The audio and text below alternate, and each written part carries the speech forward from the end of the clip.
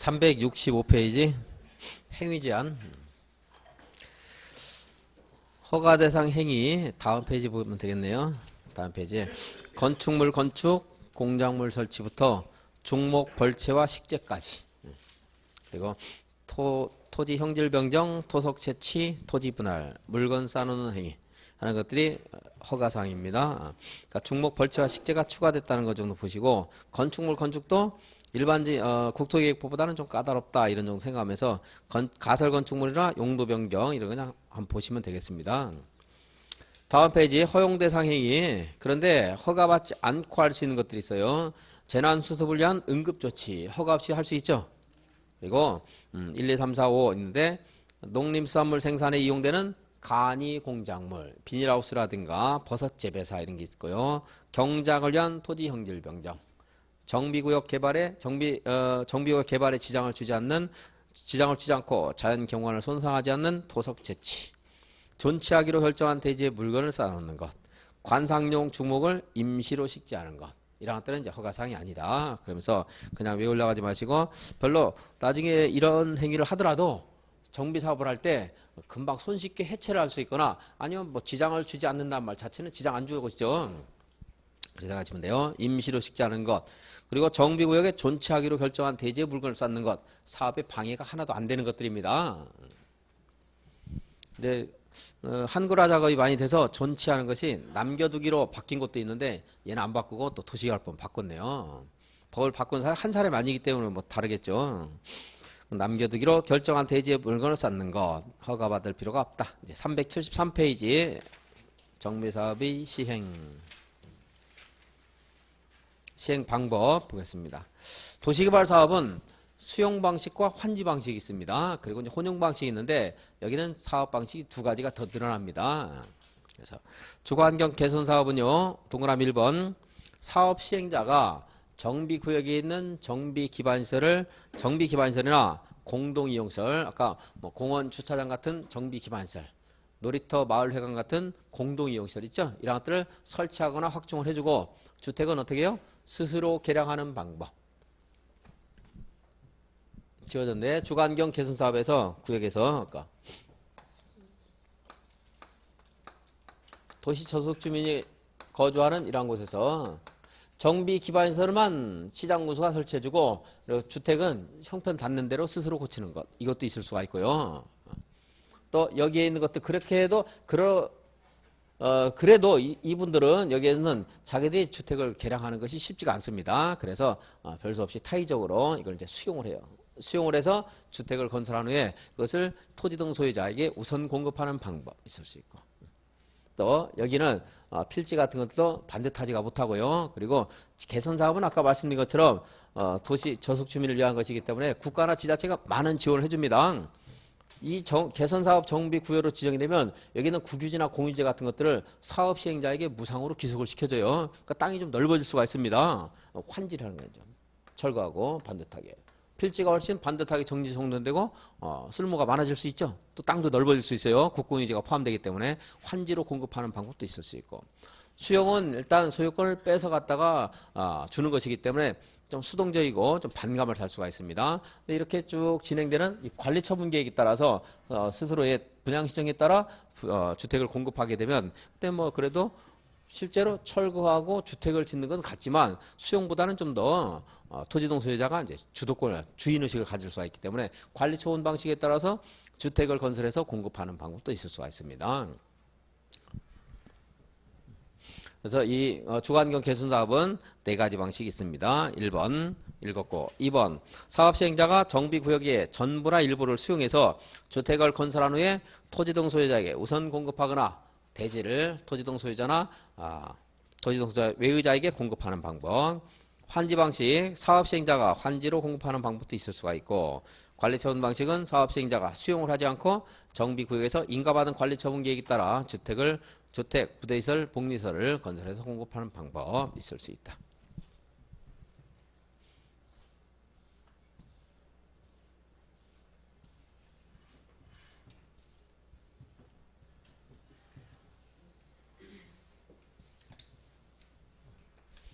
주거환경 개선 사업 정비 기반시설을 시장 군수, 주택, 사업 시행자가 설치해주고, 주택은 어떻게 해요?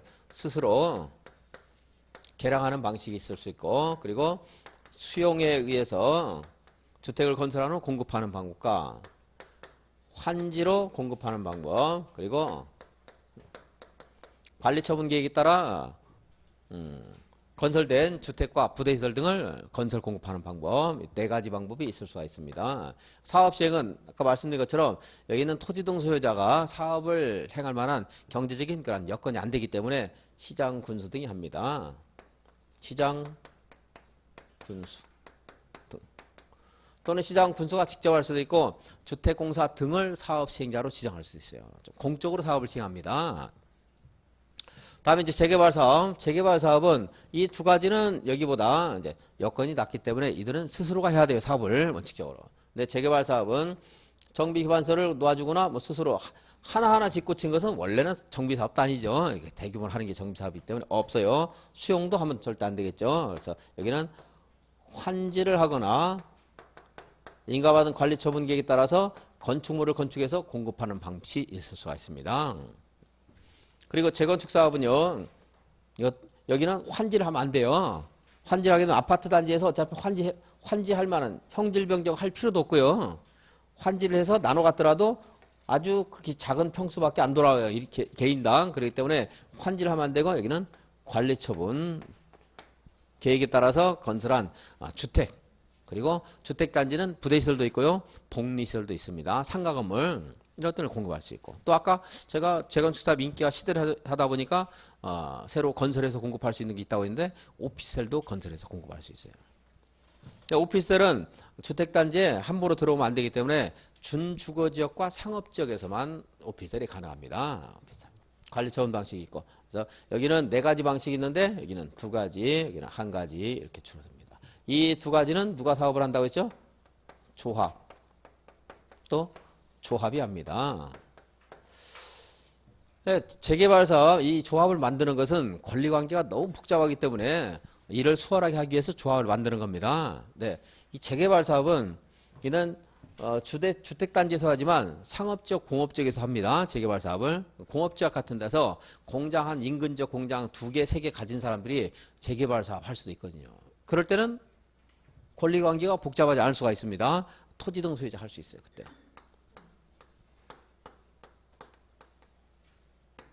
권리관계가 복잡하지 않을 때. 구성원이 많을 때 적을 때. 구성원이 많을 때 적을 때.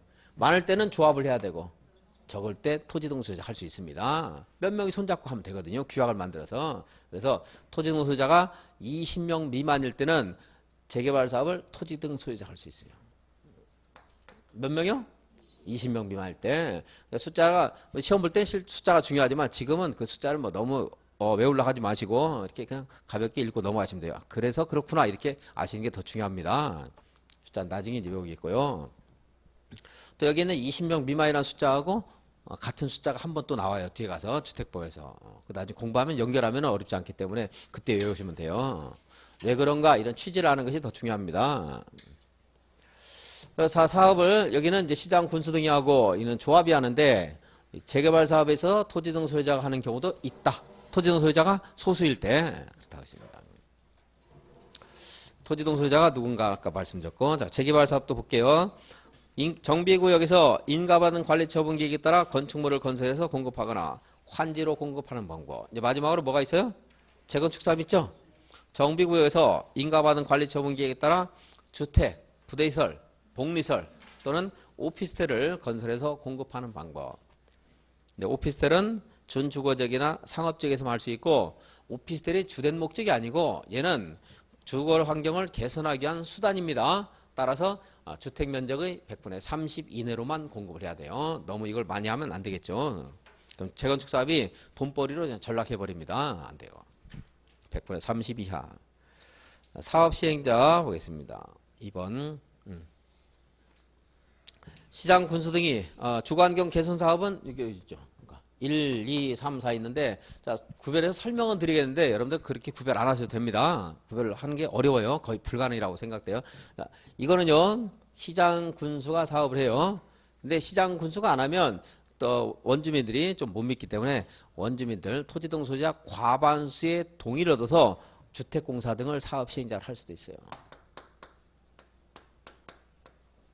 그리고 이거 얘는요 수용 환지 관리 처분 방식은 토지 등 소유자 3분의 2의 동의와 세입자 세대수 과반수의 동의로서 시장군수가 하거나 주택공사 등을 사업 시행자로 할 수 있어요. 금방 말했지만 제가 이거 10번 말해도 여러분들 무슨 말인가 몰라요. 분명히 차이점이 이건 그냥 직접 시장 군수하는 게 원칙이에요. 근데 얘를 시키려면 과반수 동의를 받으래요. 근데 얘는 3분의 2 동의와 과반수 동의를 받으면 얘가 할 수도 있고 그냥 얘 시켜도 되고 차이가 있는데 차이 구별하기 어렵고요. 여러분 몰라. 나 기억 안 나요. 근데 왜냐면 여기 보시면 정비 기반시설을 도로를 놓아주고 공원을 만들어주고 집은 알아서 고치십시오. 이 사람들에게 뭐 손에 될 일들이 거의 없죠. 그렇기 때문에 여기는 동의 받을 필요가 없어요. 원칙적으로. 근데 이 사람 시키려면 받으라는 건데 그것까지 공부하면 너무 어렵습니다. 과반수라는 숫자가 우리 이 정비법에서 많이 나오는데 다 정리하려면 한도 없어요. 그러니까 안 하겠습니다. 그러니까 이걸 그냥 시장군수나 주택공사 등이 할 수 있다. 이렇게만 알려주세요. 1번은 여기 줄 때 과반수 동의 받아야 된다는 거 몰라도 되고요. 구별하지 말자 이겁니다. 자, 이제 여기 있는 건 수용, 환지, 관리 처분은 여기 있는 건축물이 철거되고 거기는 뭐 소유자라든가 세입자가 다른 곳으로 일단 나가야 돼요. 그렇기 때문에 여기 있는 사람들 동의를 받아야 돼요. 이건 동의 받을 필요 없죠. 집을 안 배워도 되니까. 이건 집을 다 배워야 됩니다. 그래서 수용이라든가 관리 처분 또는 환지 방식에 따른 주거환경 개선 사업 할 때는 토지 등 소유자 얼마 이상의 동의, 3분의 2 이상의 동의와 세입자 세대수 과반수의 동의를 받아야 돼요. 그래서 시장군수나 주택공사 등이 할 수 있습니다. 근데 세입자의 과반수 동의가 필요 없는 경우도 있는데 여기에 토지 등 소유자가 원래 주인들이요. 집주인이 1000명인데 세입자는 뭐 100명밖에 안 된다라든가. 그럼 그 사람들 때문에 사업이 무산되면 안 되겠죠. 그것도 형평성이 안 맞죠. 그래서 세입자가 얼마 되지 않을 때는 세입자 동의 받을 필요가 없는데 또 역시 그것까지 하다 보면 너무 길어져서 여러분들이 어렵습니다. 자, 정리하겠습니다. 그래서 이 주거환경 개선 사업 누가요? 시장군수나 공사 등이 합니다. 그런데 여기는 수용, 환지, 관리 처분은 어쨌든 집을 비워야 되죠. 집을 비우는 건 그것은 3분의 2와 세입자 과반수의 동의가 필요합니다.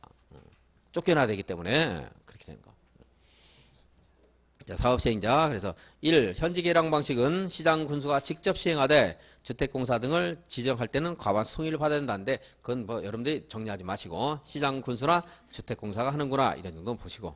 그다음에 2. 수용, 환지, 관리 처분 방식은요. 시장 군수 등이 시행하거나 그 밑에 주택공사나 또는 설립한 법인이 있고 또 이 두 사람과 건설업자, 등록사업자를 공동으로 하게 할 수가 있고 아주 복잡합니다. 그래서 그것도 버리고요. 거기까지 다 볼 수는 없기 때문에 시장 군수나 주택공사 등이 한다. 이렇게만 읽고 넘어가겠습니다.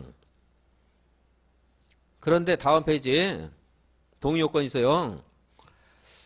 기업과 니은은요. 그 말은 앞에 있는 수용이라든가 환지라든가 관리 처분 방식을 말하는 겁니다. 이런 방법에 따라 사업을 시행하려고 할 때는 해당 예정구역의 토지 또는 건축물 소유자 또는 지상권자의 3분의 2 이상의 동의와 세입자 세대수 과반수의 동의를 얻어야 된다. 여기까지.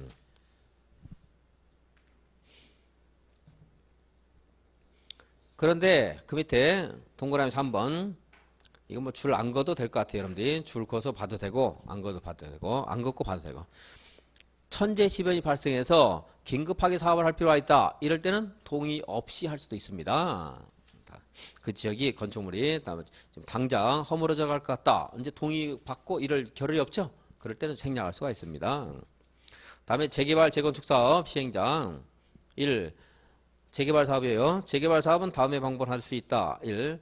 조합이 시행하거나 조합은 과반수의 동의를 얻어서 시장군수나 주택공사 등과 같이 할 수도 있습니다. 제가 도시개발법에서도 그런 말씀 드렸어요. 여러분들에게 결정권이 있다고 해서 꼭 내가 다 항상 행사해야 되는 거 아니에요. 그렇죠? 그래서 도시개발 사업도 전부환지 방식도 토지 소유자와 조합이 하는 게 원칙이지만 지방자치단체에게 사업시행권 넘길 수도 있거든요. 여기서도 사업시행권을 자기가 꼭 고집하면서 자기 혼자 다 독점할 필요 없습니다. 경험미숙으로 실패하는 것보다는 이익이 좀 적더라도 동업하는 게 나을 수 있죠. 그래서 과반수의 동의가 있으면 시장군수나 주택공사 그리고 등록사업자, 건설업자 등과 공동을 할 수 있어요.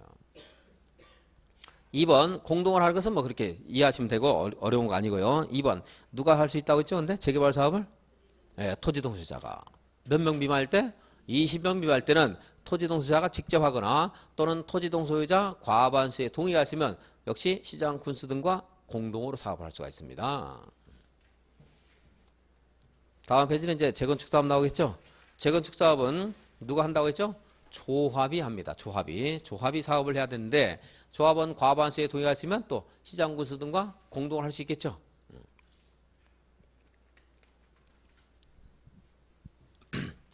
그래서 사업 시행자 다시 정리하면요. 여기 시장 군수가 하는 게 원칙입니다. 1번. 그리고 여기는 조합이 하는데 토지동 소유자가 하는 것도 있다. 여기 재개발 사업자 중에 상업지역, 공업지역 볼 거고요. 거기에서 뭐 공장 한 3개 정도 생각하시면 되겠어요. 그럼 토지동 소유자가 사업할 수가 있습니다. 그리고 이들이 과반수의 동의가 있으면 공동으로 또 할 수 있죠. 시장군수나 주택공사 등 건설업자 또 등록사업자와 공동을 할 수도 있습니다. 근데 이 공동을 할 수 있는 파트너가 전에 이제 사업이 6가지 있었다고 그랬죠. 근데 4가지 사업을 조합해 하게 되는데 하나, 둘, 셋, 4개가 있었는데요. 요거 시장군수가 하는 거고 1번은. 근데 여기에 그 파트너가 될 수 있는 자격이 조금씩 달랐어요. 다른 걸 물어보는 문제가 있었는데 4번이 답으로 사부를 처리하려고 했던 것 같은데 그 사람이 2분을 동의했으면 한국감정원과 공동을 할 수 있다. 한국감정원과 공동으로 못하는 그런 파트너가 있는데 할 수 있다 해가지고 이걸 답으로 처리했는데 1, 2, 3 이것도 다 2분의 1 이상의 동의가 있으면 시장군수 주택공사 등과 할 수 있다 해가지고 요것만 뒷부분은 얘만 틀렸는데 여기는 다 맞는 말이고 여기가 다 틀렸어 어차피. 2분의 1 동의가 아니고 과반수 동의잖아요. 과반수 동의 법에. 100명일 때는 2분의 1은 50명 동의만 있어도 할 수 있다는 건데 과반수는 51명 동의가 있어야 과반수가 되니까. 출제한 사람이 이런 지엽적인 거 뭘 어떻게 어디서 찾았는지 모르겠지만 물론 대통령이 있으니까 찾을 수 있어요. 이런 쓸데없는 거 찾았는데 요거 틀려놨어요. 이거는. 그래서 출제 오류가 나온 적도 있었는데 근데 과반수와 2분의 1을 바꿔서는 안 내요. 시험에서. 이 사람은 모르고 그냥 낸 거 자기가. 누구와 공동을 하는 것까지 몰라도 됩니다. 그래서 시장군수 등과 할 수 있구나 이런 정도 공동을 할 수 있다 이 정도 하시면 되겠고 그런데 그 밑에 3번은요. 재개발 재건축 사업을 누가 한다고 했어요. 조합이 하는 게 원칙이라고 했죠. 조합이. 그런데 아까 이제 과반수가 있으면 동의로 공동을 할 수도 있고 동업도 할 수 있고 아예 시행권을 이렇게 시장군수나 주택공사 등이 사업 시행권을 가져가는 경우도 있습니다. 언제요? 이미 말씀 몇 번 드렸어요. 뭐가 발생했을 때? 천재지변 발생하면 긴급하게 해야 되겠죠. 이 사람들은요 조합도 만들어야 돼요. 그리고 이런 것도 인가받아야 되고 시장군수가 하면 인가받을 필요가 없죠. 자기가 수립하면 돼요. 이런 절차가 밟아야 되기 때문에 시간이 너무 많이 걸립니다. 또 막 의견 대립도 있고 다툼이 있고 뭐 전쟁통에는 다툼이 더 많을지도 몰라요. 누군가가 딱 일사불란하게 이끌어주면은 다툼이 없겠지만 아주 정신없을 때는 다툼이 더 많죠. 평상시보다. 그래서 천재지변이 발생하면 시장군수 등이 할 수 있고 또는 주택공사 등을 사업시행자로 지정해서 하게 할 수도 있어요. 천재지변 발생하면. 또 천재지변 발생 안 해도 여기에 있는 사업구역이 이 숫자까지는 뭐 여러분들 기억 안 해도 되는데 2분의 1 이상, 2분의 1 이상이 국유지거나 공유지 또는 주택공사 등의 땅이에요. 그리고 여기 있는 토지동 소유자 과반수가 동일하면 사업을 이렇게 시킬 수 있어요. 이제. 여기 땅 어차피 너희들의 땅도 반 가지고 있고 우리 반 과반수가 요청하니까 우리가 재개발 재건축 사업 하는 것보단 니네들이 하는 게 더 낫겠다 해가지고 넘길 수도 있어요. 사업시행권을. 그래서 사업시행자처럼 사업시행자 지정 이렇게 시장군수 등에게 동의를 해서 일정 동의로 사업시행권을 넘길 수도 있고. 자 정리하면요 구조가 어려운데 상식적으로 생각하시면 돼요. 도시개발법도 역시 전부 한지 방식을 토지 소유자가 하지만 자기가 하기 곤란할 때는 지자체에 맡길 수 있죠. 얘도 마찬가지예요. 재건축 재개발을 꼭 내가 해야 되는 거 아닙니다. 조합이 하는 게 원칙이지만 필요할 때는 공동을 할 수도 있고 또 그보다 더 일정한 요건을 갖추면 어떻게 할 수 있어요. 시장 군수 등에게 사업시행권을 넘길 수도 있습니다. 1번만 볼게요. 일단 천재지변 등 불가피한 사유로 긴급하게 사업을 할 필요가 있을 때 그때는 재개발 재건축 사업을 시장 군수가 할 수도 있어요. 그 위에 있는 거 읽어보겠습니다. 시장 군수는 재개발 재건축 사업이 다음에 하나 해당할 때는 조합이 사업을 한다는 규정에도 불구하고 직접 사업을 시행하거나 토지택공사 등을 사업 시행자로 지정해서 정비 사업을 시행하게 할 수 있다.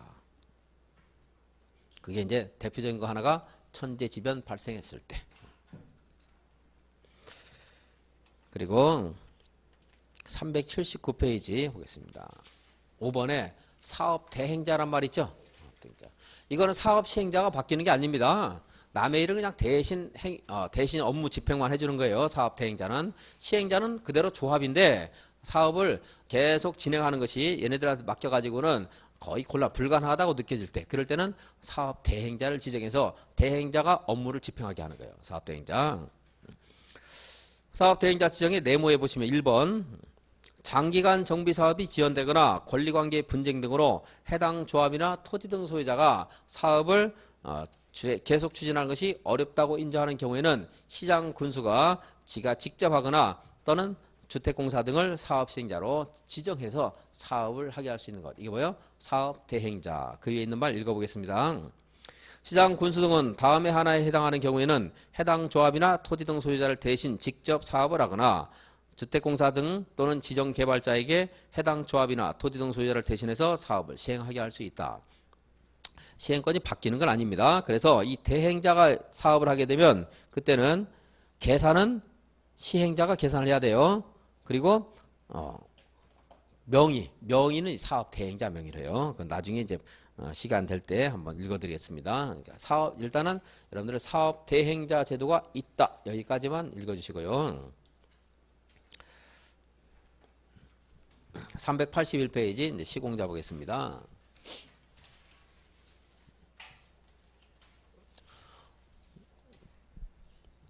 여기까지 볼까요? 일단 정리하고 시장 구성하는 것이 1번 사업, 2번, 3번은 조합이 하는데 2번에서 토지동 소유자가 하는 경우도 있다. 그리고 일정한 요건을 갖추면 공동을 할 수도 있고 천재지변이 발생하면 이 사업조차도 시장 구수가 직접 할 수 있다. 주택공사는 시장 구수 옆에 그냥 맨날 따라온다고 생각하시면 돼요. 지자체가 할 일을 하기 위해서 지방공사가 있다고 그랬죠. 그러니까 시장 구수가 할 수 있으면 주택공사도 지정을 받아서 다 할 수 있다 생각하시면 돼요. 자, 그리고 이제 정비 사업을 할 때 사업을 하는데 사업 시행기에 인가를 받으면 분양을 받고 분양을 하고 그리고 관리처분기획을 수립해서 공사를 하게 됩니다. 여기 시공자 관련된 거 한번 보겠습니다. 시공자는 다른 데서는 뭐 우리 부동산 공부에서 거의 다룰 필요가 없는데 여기서만 조금 의미가 있는 게 나옵니다. 시공자 선정. 사업 시행자가 선정해야 되겠죠. 사업의 주체, 시행자가 선정을 하게 되는데 경쟁 입찰하는 것이 원칙입니다. 여기 이거 주택 건설하고자 하는데 원하는 자들은 누구든지 참여해서 조건을 제시하면 그 조건 중에서 가장 좋은 조건을 상대방 제시한 자와 이제 계약을 체결하는 거, 경쟁 입찰 방식으로 하는 게 원칙이에요. 원칙. 근데 이 주택을 건설하겠다고 공고를 하고 경제 입찰 붙였는데 아무도 안 와요. 2번 이상 유찰되면 수익이 할 수 있습니다. 하나밖에 안 왔거나 아무도 안 오거나. 그럴 수 있고 아예 처음부터 유찰이 예정되는 경우가 있어요.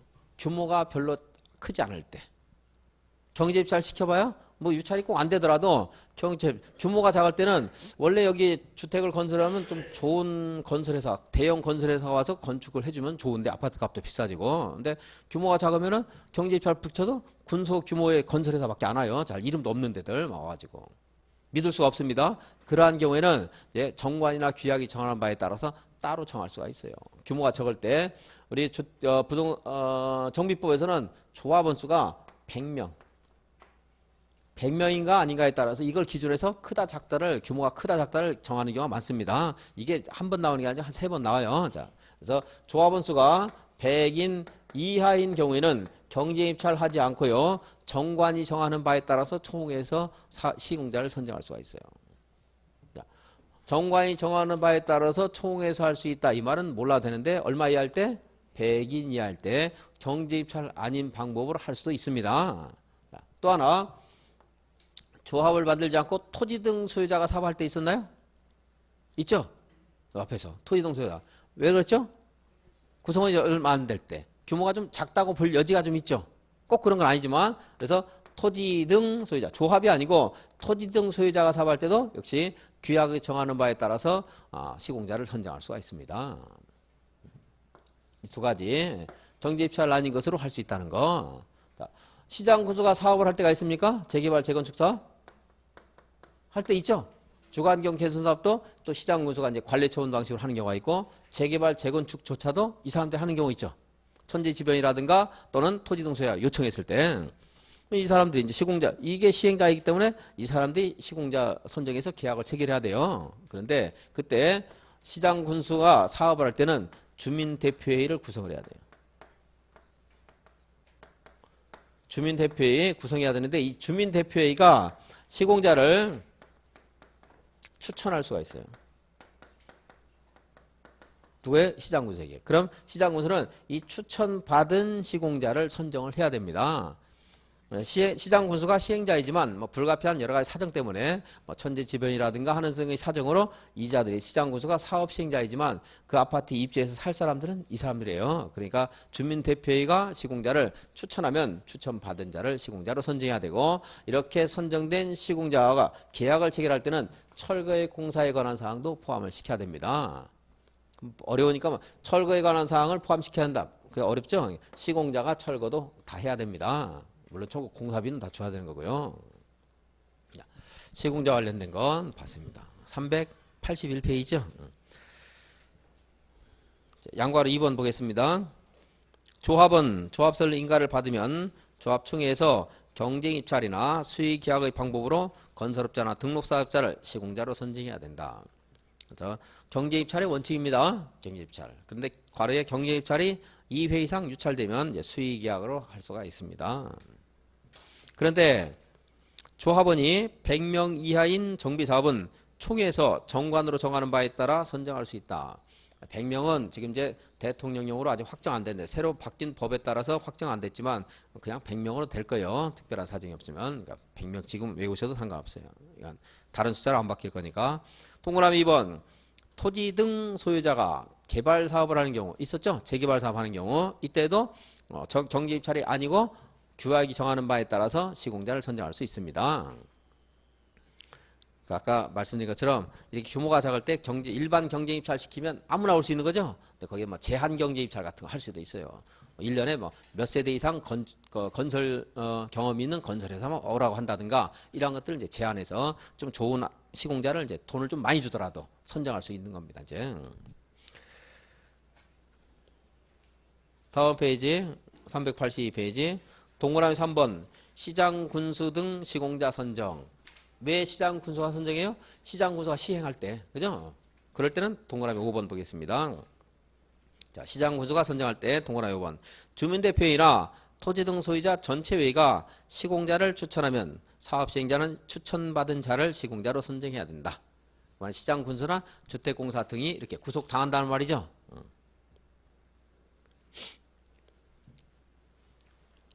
그리고 동그라미 6번. 사업 시행자는 이러한 시공자와 공사에 관한 계약을 체결할 때는 기존 건축물의 철거 공사에 관한 사항을 포함시켜서 계약을 체결해야 된다. 하는 것까지 보시고. 그 다음에 283페이지 이제 조합 설립 추진위원회 보겠습니다. 조합이 사업을 해야 되는데 조합을 또 만들려면 조합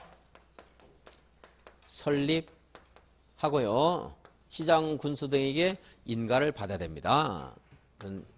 앞으로 주인공은 시장 군수라고 했습니다. 시장 군수 등 인가를 받고 인가를 받았다고 성립하는 게 아니고 등기해야 성립합니다. 조합은 법인이기 때문에 등기해야 성립한다. 조합 설립하기 위해서 조합 설립 추진위원회가 있어야 돼요. 조합 설립 추진위원회는 5명 이상입니다. 5인 이상. 위원장을 포함한 5인 이상의 위원이 이 추진위원회가 앞으로 진행할 규칙들, 운영 규정을 작성해서 토지 등 소유자 과반수의 동의를 또 받아야 돼요. 그리고 시장 군수에게 승인을 받아야 됩니다. 이런 것들은 나중에 그냥 읽어질 수 있기 때문에 이거 가지고 보겠습니다. 자, 조합 설립 추진위원회 몇 명 이상? 5인 이상. 그래서 이 토지 등 소유자 과반수의 동의를 받아야 이제 조합 설립 추진위원회가 만들어진 거예요. 위원회가. 이들이요 시장 구성의 인가를 받으려면 또 토지 등 소유자 일정 수의 동의를 받아야 됩니다.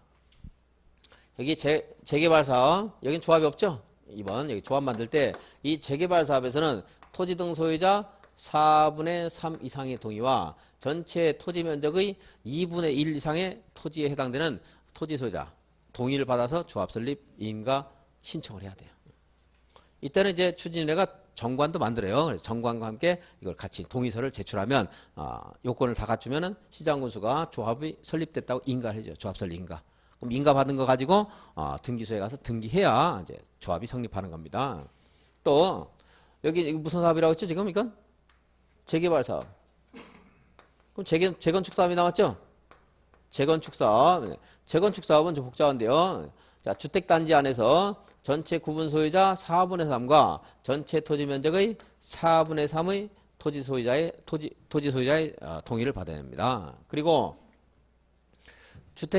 재건축 사업은 주택단지 안에서만 하는 게 아니고 주택단지 밖에서도 할 수 있다고 했습니다. 주택단지 밖에서는 토지 또는 건축물 소유자 4분의 3과 토지 면적의 3분의 2에 해당되는 토지 소유자의 동의를 받아서 조합 설립 인가 받아야 돼요. 그러니까 밖에서 안 하면 뭐 주택단지 안에서만 이 동의를 받으면 되고 주택단지 밖이 포함됐을 때는 단지 안에서는 이러한 동의, 단지 밖에서는 이러한 동의 두 가지를 다 갖춰서 인가 신청을 해야 돼요.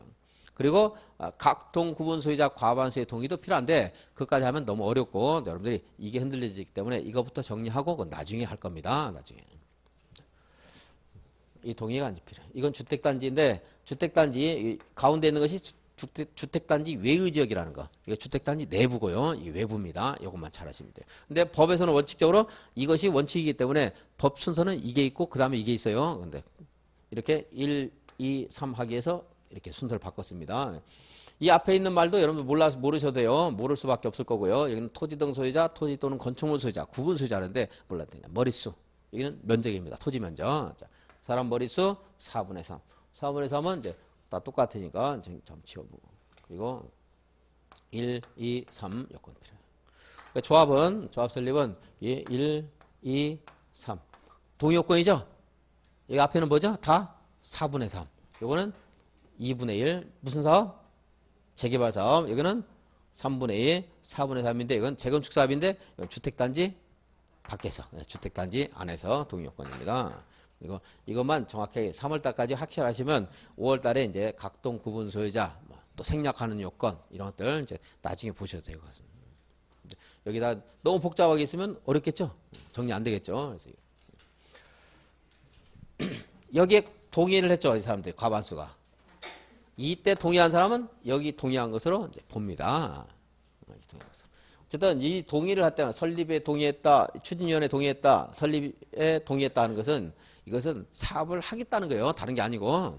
재건축 하는데 동의한다는 거죠. 재건축. 나 재건축 사업 하고 싶다. 여기도 이제 그런데 이 사람은요. 재건축 사업에도 동의를 한 거지만 이 사람들에 대한 믿음도 동의를 한 거예요. 근데 이 사람들 믿음이 신뢰가 깨쳐지면 이거 동의 처리할 수 있어요. 반대 의사 표시할 수 있어요. 이들 충분히 믿고서 사업을 하기로 추진위원회 설립에 동의를 했는데 얘는 하는 행동 못 보니까 봤더니 뭐 믿을 수가 없더라 이런 반대 의사 표시할 수 있습니다. 반대 의사. 무엇인가에 동의한 사람은 그 의사를 철회할 자유도 우리 법에 있다는 것 정도는 이제 아시면 되겠고요. 383페이지 추진위원회까지 보고 조합의 내용 좀 이따 보겠습니다. 추진위원회 구성. 조합을 설립하려는 경우에는 정비구역 지정 고시 후에 다음 사항에 대해서 토지 등 소유자 과반수의 동의를 받아 시장 군수의 승인을 받아야 됩니다. 1. 추진위원회 위원장을 포함한 5명 이상의 추진위원이 있어야 된다. 그리고 동그라미 3번 추진위원회 구성에 동의한 과반수 있었죠? 이 사람들은 조합 설립에 동의한 것으로 보는데 반대 의사를 표시할 수 있습니다. 철회 자유 있다는 거 그 정도만 보시고 다음에 387페이지 이제 조합. 자, 조합 설립 의무. 시장 군수나 토지주택공사나 지정개발자가 아닌 자가 정비 사업을 할 때는 조합을 설립해야 됩니다. 그런데 예외가 하나 있죠. 토지 등 소유자가 무슨 사업을 할 수가 있다고 했죠? 재개발 사업을 할 수 있다고 했죠. 그럴 때는 조합을 만들지 않아도 됩니다. 다음 페이지 조합 설립 인가 동의 요건. 재개발 사업 추진위원회는 재개발 사업 추진위원회가 조합을 설립하려면 토지 등 소유자 4분의 3 이상 및 토지 면적 2분의 1 이상의 토지 소유자의 동의를 받아 시장 군수의 인가를 받아야 됩니다. 동그라미 2번 재건축사업 추진위원회가 조합을 설립하려는 때는 주택단지의 공동주택의 각동은 일단 제가 보류하기로 했죠. 주택단지 재건축사업에서는 둘레 5번째 줄 주택단지 전체 구분 소유자의 4분의 3과 3 이상 및 토지면적 4분의 3 이상의 토지 소유자의 동의를 받아 인가를 받아야 됩니다. 그런데 재건축사업이 주택단지가 아닌 지역이 포함되는 경우 있었죠. 그 포함될 때는 주택단지가 아닌 지역의 토지 또는 건축물 소유자 4분의 3 이상 및 토지면적 3분의 2 이상의 토지 소유자의 동의를 받아야 된다. 까지가 이제 동의요건.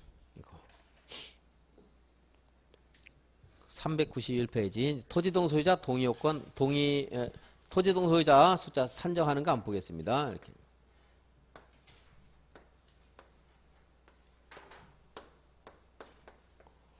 이 주택 소유자가요 A고 토지 소유자가 B. 여기는 C. 이거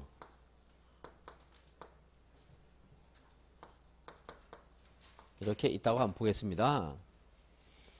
자, 재개발 사업의 토지 등 소유자 그리고 개선 사업의 토지 등 소유자는 토지 또는 건축물 소유자 또는 지상권자 그랬죠.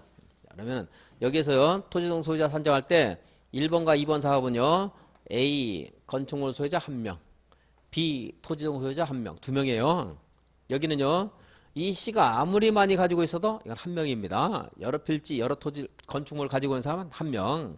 여기는 공유예요. 토지를 공유하고 있습니다. DY가 공유하고 있다. 공유자는 1명입니다. 여러분들이 알고 있는 공유 하나밖에 없죠? 공유 하나. F와 G. 여기는 지상권자라 그냥 G 했어요. 자, 여기는 토지 소유자고 지상권자예요. 이 사람도 대표한 사람 1명. 여기는 토지 등 소유자가 토지 또는 건축물 소유자 또는 지상권자 있지만 지상권자와 토지 소유자 여기 한번 비교하시면 돼요. 여기 DY는 토지를 나눠서 공유하고 있죠. 지분을. 이 사람들은 토지의 소유권과 지상권으로 또 나누어서 가지고 있다고 볼 수 있죠. 그러니까 여기하고 여기 성격 같죠. 공유는 뭐라고요? 공유는 몇 명이에요?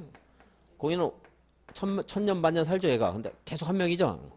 그리고 이제 FG 토지 소유자와 지상권자 1명입니다. 그럼 이렇게 있다고 한번 해볼까요? 이렇게. 여기 토지 공유자고 여기는 지상권자, 지상권을 공유하고 있어요. 몇 명이에요 여기? 다 해서 몇 명이에요?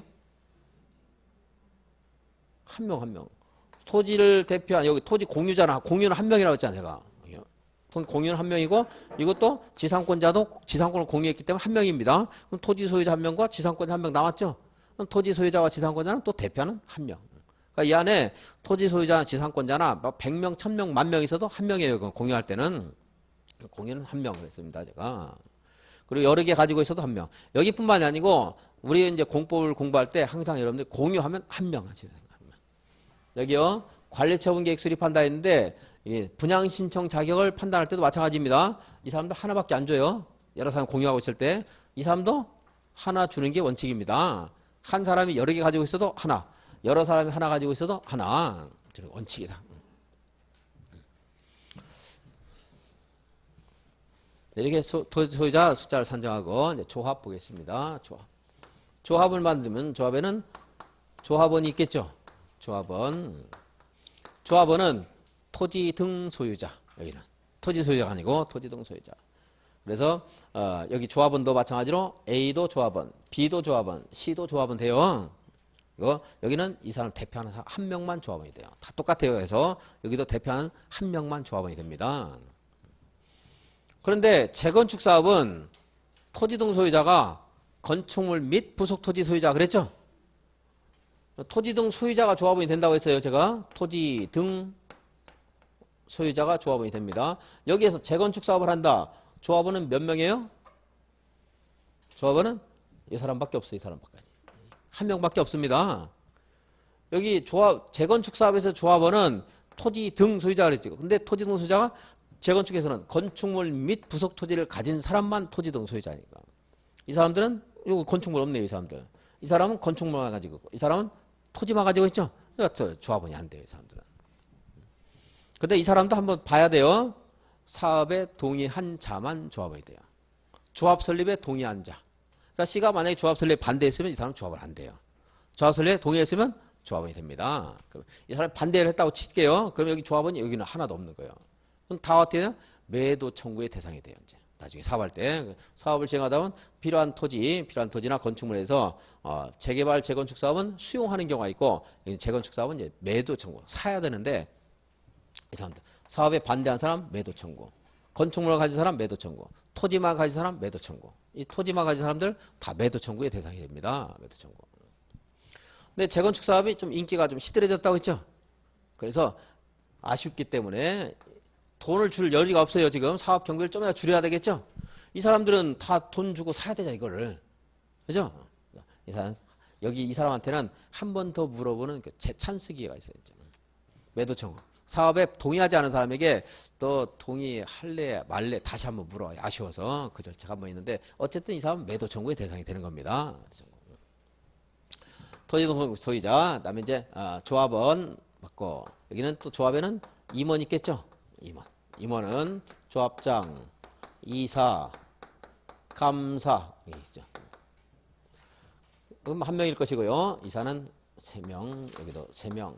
누가 더 많아야 돼요? 일하는 사람이 많아야 돼요? 감시 감독자가 많아야 돼요? 일하는 사람이 많아야 되겠죠. 이거 3명 이상, 3명 이하를 합니다. 그리고 이제 임원 결격 사유 같은 것도 같이 읽어보시고 대의원 있어요. 총회가 있고 그리고 대의원회가 있습니다. 총회는 조합원들이 다 이제 참석해서 의결하는 거고 대의원회는 조합원 수가 너무 많아지면 사업 총회를 개최하고 진행하는데 여러 어려움이 있겠죠. 시간이나 비용적으로. 그래서 조합원 수가 그러니까 제가 몇 명을 가지고 많다 적다 한다고 했어요? 기억나세요? 100명 그랬죠? 100명 이상 할 때는 대의원을 두어야 돼요. 그래서 100명이 할 때는 뭐 인기 있는 건설회사가 안 오니까 총회에서 정관이 정하는 바에 따라서 뭐 돈을 많이 주고서라도 선정을 해야 되고 이게 총회 대의원 조합원 수가 100명 이상 할 때는 대의원을 여기는 두어야 돼요. 필수 기구입니다. 근데 대의원 수는요 조합원 수의 10분의 1 이상으로 하도록 되어 있습니다. 조합원이 500명이다. 그러면 10분의 1이니까 몇 명 이상 해야 돼요? 50명 이상. 조합원이 800명이다. 그럼 80명 이상. 조합원이 5,000명이다. 원칙적으로 얼마 이상 해야 돼요? 10분의 1이니까 500명 이상. 아까 제가 몇 명일 때 걸리적거리니까 대의원을 준다고 했어요? 100명.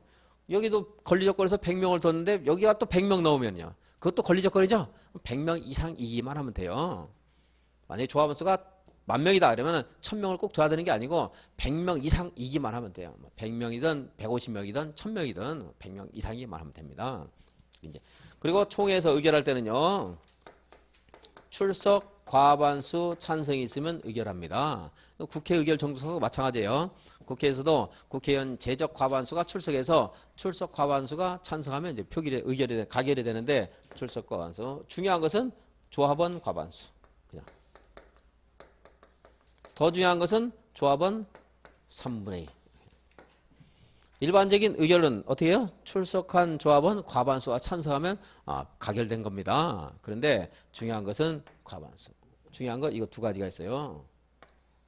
사업시행계획 인가 전에 인가신청 전에 사업시행계획서가 총회에서 통과돼야 돼요. 근데 총회에서 과반수의 찬성이 필요해요. 관리처분계획도 이것을 인가받기 전에 조합원들에게 토지등 소유자에게 30일 이상 공람을 지키고 이것도 총회 의결을 받아야 됩니다. 의결이 있어야 됩니다. 그때 과반수 찬성이 필요해요. 근데 여기에 사업시행계획서나 관리처분계획에는 사업시행계획서에 아까 공사일정에 관한 사항이 있다는데 공사를 할 때는 항상 공사계획에는 공사를 위해서 필요한 재원 조달 계획이 있어야 됩니다. 돈도 없이 뭐 공사를 하겠다 이렇게 할 수 없기 때문에 사업시행계획서에 정비사업비가 있어요. 정비사업비. 정비사업비를 100억 결정해서 과반수 찬성으로 통과가 됐어요. 근데 사업시행자가 추진위원 이런 애들, 뭐 이사, 감사 이런 애들이 돈을 어디다 빼돌렸는지 자꾸 10억씩 막 늘려요. 그러면서 과반수만 통과된다고 되는 게 아니고 이렇게 많이 늘릴 때는 3분의 2 결의가 필요해요. 권리관계에 중대한 변화가 있기 때문에 정비사업비가 얼마 이상? 100분의 10 이상 증가할 때는 조합은 3분의 2 이상의 찬성이 필요합니다. 391페이지 토지등 소유자 동의자 수 산정 방법 이거 보고 10분 쉬겠습니다. 먼저 주관경 개선사업 재개발 사업은 한 필지의 토지나 하나의 건축물이 수인 공유에 속할 때는 수인을 대표하는 1인을 토지등 소유자로 선정한다. 토지에 지상권이 설정되어 있는 경우에 토지의 소유자와 해당 토지의 지상권자를 대표하는 한 사람을 토지등 소유자로 선정한다. 1인이 다수 필지의 토지나 다수의 건축물을 소유하고 있는 경우에도 필지나 건축물의 수에 관계없이 토지등 소유자를 한 사람으로 산정한다. 재건축 사업도 똑같은 말입니다. 2번에 있죠. 소유권이나 구분 소유권이 여러 명이 공유에 속하고 있다. 그러면은 여러 명을 대표하는 한 명만 토지등 소유자로 한다. 한 명이 둘 이상의 소유권이나 구분 소유권을 소유하고 있는 경우에는 소유권 또는 구분 소유권의 수에 관계없이 토지등 소유자를 한 명으로 한다. 가는 공유를 말하는 거고 둘은 한 사람이 여러 개 가진 거 말하는 거고. 근데 이제 개선사업과 재개발 사업과 달리 하나를 제가 빼먹은 이유는 재개발 사업은 이제 지상권자의 부분도 평가해야 되기 때문에 재개발에서는 가나다를 받지만 여기는 지상권자가 아예 개입할 여지가 없습니다. 그렇기 때문에 가나만 본 거예요. 10분 쉬었다 393페이지 보겠습니다.